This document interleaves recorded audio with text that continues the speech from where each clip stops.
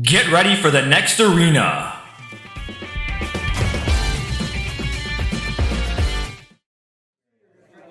What's going on, Union Arena players? This is D-Rec here once again with Argo, bringing you another Union Arena feature match.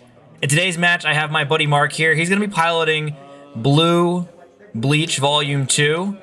All that new support there that just came in the last month or so alongside that Black Clover set. He's going to be piloting the 13 Court Guard Squad's blue list here with the new Rukia, Byakuya, and Renji there. And on the right, piloted by myself, I'll be playing Blue SAO, the Aincrad version, not the ALO version there. And Mark is going to take the first turn of today's match there. Pretty linear setup going up to 3 APs for both of us here, really just setting up that energy line there. But his deck is, from what I've seen, pretty interesting. The way that it pilots, it's a much more control type deck. It's got some removal, it's got some control. It's very interesting the way that it plays out against a deck like mine. The switching and the multi-attacking shenanigans as kind of like, again, if you go back to Yellow Demon Slayer there, you're playing the Tanjiro Nezuko build, a lot of switching and multi-attacking. I think it does a little bit better. If you saw my last video there up against Purple Code Gias there, it's very, very aggressive if you have the combo pieces. But for Blue 1000-Year Blood War, I think it's going to be interesting to see how that matches up. Because again, the new stuff is a bit more control heavy, and you'll get to see some of that as we get into the game there. But right now, Mark's just setting up that energy line, and then that's going to be the end of his second turn there. I'll be getting into my second turn here. And the key for this deck, just because there isn't a lot of good mid-range energy cost cards, it's like on the low end you've got a good range and on the high end, but there's no real good middle ground of like threes that the deck plays. So it's either you roll too high and you have too many high cost cards in your hand, or you have too many low cost cards in your hand and you're not able to properly set up that energy line. It's a pretty high risk, high reward type play if you're not set up properly. In my list, I am playing the Yui, the ALO Yui, as you see right there. It is a pretty good way to top 2 check for any real character card. It doesn't have to be our archetype or era specific, like the 1-drop Kirito that specifically checks for an Aincrad archetype card. So it's good, and it's another way to cheat out a low cost card so you can set up your raid targets on the energy line or on the front line. But it does miss out on having good targets that do generate the 2 energy on the bottom there, outside of like the Lisbeths. But I've been tinkering around with the list a little bit. Let me know your thoughts in the comments if you like to play those non-Kirito or Asuna cards in the list for the extra energy generation, or if you just prefer sticking to a solid Asuna Kirito deck list with no deviations other than maybe 1 or 2 copies of the Yui there. But getting into Mark's turn, he does throw out the Byakuya, the 2 AP cost Byakuya, and as long as you have the Rukia on the board there, it reduces the cost by, or you get to untap 1 and then reduces the cost of the next one that costs 2 AP by 1. So really good way to kind of cheat stuff that's expensive out onto the board, and they do kind of combo off each other. You'll see that later on. But he does go into the Ichigo raid there. He's able to minus power, and then he gets the draw on attack. I'm going to go middle, and I'm going to see the 5-drop Kirito raid target, but unfortunately I don't have the 5 energy on my line there to be able to use it. So that's going to be kind of floating for a little while until we see that way to get to 5 energy, whether that's there in the deck list we play the 2-drop Kirito from ALO that generates 2 while active, as well as the 3-drop from the trial deck there. Getting into my next turn here. So we're going to raid into the trial deck Kirito. It's going to get the double attack because we have the Asuna on the field there. We're going to move that back. And again, that's another really great way. The deck plays a lot of the non-raid Asuna, so it's got 4 of this one and then 4 of the impact and plus 1k from the starter deck there. We also play the raid target, of course. But we need more ways of switching around cards. You could play switch out of the trial deck. I don't think that many lists do play that card, just because you don't really want to lean on a event card to be able to do that. But in this instance, we do play the second copy of Yui there, and we do get the 4-drop off the top 2 check. And ideally here, you want another way to switch the Asuna on that energy line there back to the front, if possible, to get that extra 4k attacker on the board there. In this instance, the only viable option would be another of the starter deck Raid Kirito to be able to switch the Yui in the front with the Asuna in the front there to be able to get that up there. We're going to go the Starburst stream instead. We're going to get rid of the Ichigo. Now, in hindsight, this was a little bit of a misplay, but you'll see more why as we get further into the game here. But the Ichigo is still kind of a threat on its own, being able to additionally draw more cards. Mark does check the Rukia raid off of his life check there. He's able to add that to hand. And then you get to draw a card Ichigo trigger there for the second one, and that's going to be the end of my turn there. So now it's 6-5. I have a decent setup here, but it really comes down to what Mark's going to be able to play. He did get that Rukia from before, so he's going to be able to draw an additional card off of that Rukia there. And then from, again, what I've been seeing off of this deck, it does lean heavily into the 2 AP cost cards with ways to cheat around that AP cost. And then if you have those on the board, you're able to trigger effects without the secondary halves of their effects. Like that Rukia, for example, would normally require you to discard, but if you have a 2 AP on the field, then you only draw and then there's no discard. So he's able to get another Byakuya out. He does Bankai to get an AP back to give him 2 again. He's going to play a second Byakuya, and he's going to be able to untap 1 after playing it there. So his line's getting pretty set up, and the Byakuya is pretty dangerous when active because it does allow him to draw an additional card on attack. And then just being able to untap the AP mid-combo is pretty critical, especially if you want to go into a raid target that only costs 1. It's a really great way to play out bigger cards that are more have more utility, so to speak, going into the mid to late game. Especially those Byakuyas, being able to draw cards on attack is very, very helpful for filtering for key pieces later on. If you're looking for another Bankai, or I don't know if Blue has Getsuga Tensho. I think it's Getsuga Jisho, or maybe that's the other Blue archetype that you can play out of this. But regardless, it does get maybe to search for the special, so to speak. He's going to raid into the Rukia there, and then the Rukia, as long as you have another 2 AP cost card in the field there, you tap down one of your opponent's characters on the front line, and then for as long as she's on the field, that card stays rested, which would normally be if you didn't have the 2 AP on the field. It would just be until the next time it would restand. But that character is going to be permanently set to rest until that Rukia leaves the field. My only check there was the start deck raid Kirito. We did not raid it because we do want to have that on raid effect there. We would lose that if we were to raid defensively on that. So not super duper helpful for damage checks that turn, unfortunately, but we're going to see if we can't rebuild something of a board. Again, we really need that 5-drop Kirito, but we're missing the 2 energy generation at this time. Again, the only real energy generation we're going to be getting out of this deck list right now is the 3-drop start deck Kirito that moves something between lines, or the ALO Kirito that generates 2 when active. We're going to raid into the Raid Asuna here. We're not going to move it up right away.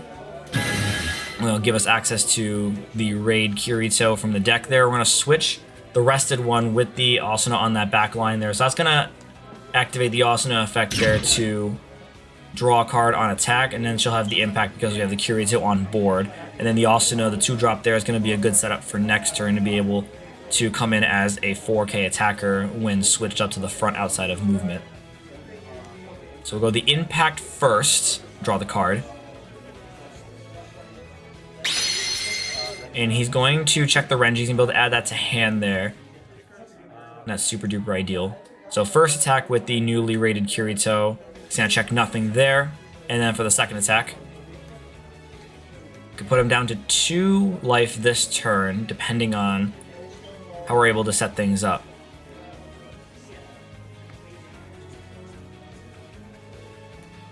Ideally, we would want him to get rid of the Rukia there, but I don't think he wants to get rid of that and have to deal with another 4K attacker. Even though the raid effect is gone, having to deal with a 4K attacker is not ideal in the later games. He's going to sacrifice one of the Byakuyas there, and that'll be the end of my turn there.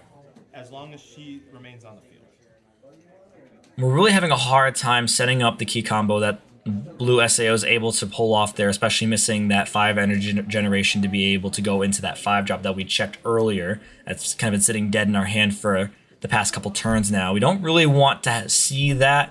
Ideally, again, maybe we tinker with the list a little bit more going into some later games.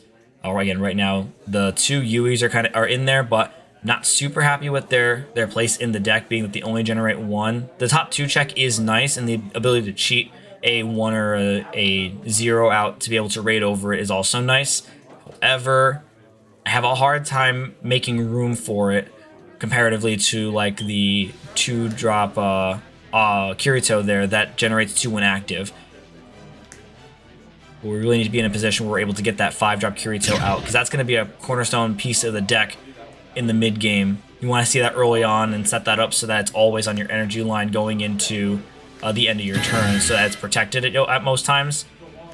He's going to play out another Rukia raid there. That's going to tap down that other start deck raid Kirito that we just played that last turn there. So another one tap down. We won't be able to utilize it for as long as the Rukia is on the board. And with those 2 on the board and no real removal, we're in a pretty tight spot. No active trigger effects there. So we had the final, but the final was not live because it wasn't the last life in the life area there. And with our last defensive check, we check the Asuna raid. This one would be a good defensive raid, unfortunately, because it was the last attack of the turn.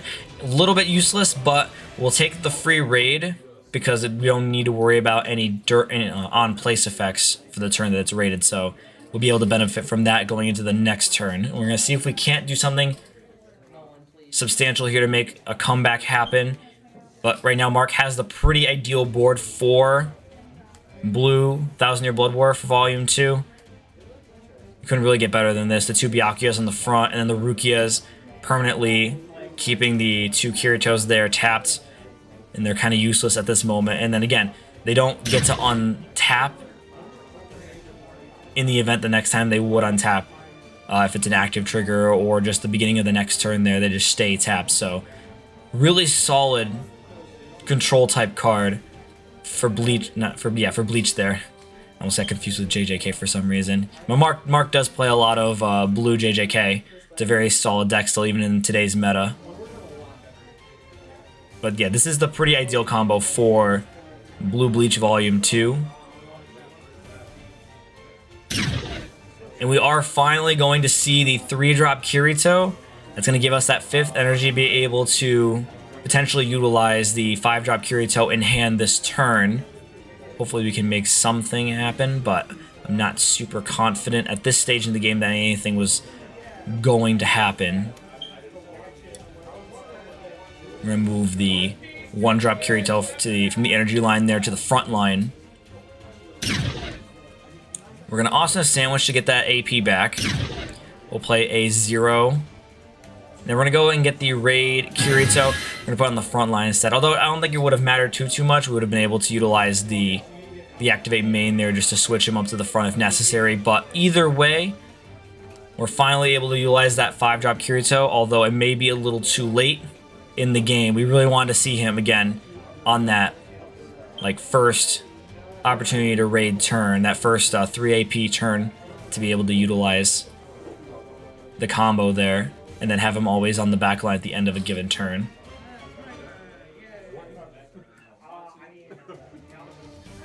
And looks like we're going to start, yeah. The other 2 active cards that we have on my front line there aren't going to be able to do anything this turn because they're in blockable range for either the Rukia or the Byakuya. So it's going to really come down to the Kirito and the Asuna, so we probably aren't going to be pushing down to more than 1 life this turn. He's going to block the first one with the Byakuya there, and I'm going to swing Asuna with the impact and draw off the effect.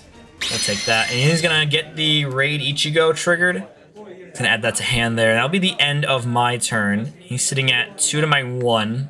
I'm in a pretty precarious situation. I only have 3 real blockers here, and Mark's got a pretty sizable hand, so there is a chance that he's going to be able to get around my field pretty easily. It may come down to if I have a final in life there. He's going to special the Asuna, so that's going to remove one of my other blockers there. Down to 2 blockers, and he's got 3 attackers and 2 AP left. He's in a pretty good situation here to be able to fill his board back up pretty easily with 2 color energy generators in the back line, generating 4. He's in a Bankai again, giving himself 3 AP once again. Very ideal situation for Mark here. Not ideal, unfortunately for me. He's going to be able to go full combo this turn, being able to play out a pretty sizable board, including a good build up to his energy line potentially. He's going to pay 2 to play the Renji. And in this situation, because he has the 2 AP cards here on the front line, so he gets to untap an AP by discarding a card, and then because they have the 2 AP cards on the field there, he's able to untap the Renji. So that gives him 4 attackers, and he's going to throw the Ichigo out to his energy line there. So he's generating 5, and he's going to bounce the Yui back to my hand with that Ichigo there. So he's got full combo here pretty much. I'm in no good spot. I would need to hit. And we have a final. Safe. We need to hit 2 more. I think that I don't have 2 in the deck. And that will be the last Life 4 game. Thanks again for watching, guys. If you enjoyed today's feature match, be sure to leave a like and subscribe for future Union Arena content. I know it's still an up-and-coming game, and we've got a couple other Bandai games that are in the works with Gundam coming out. With that, guys, I will see you in the next video.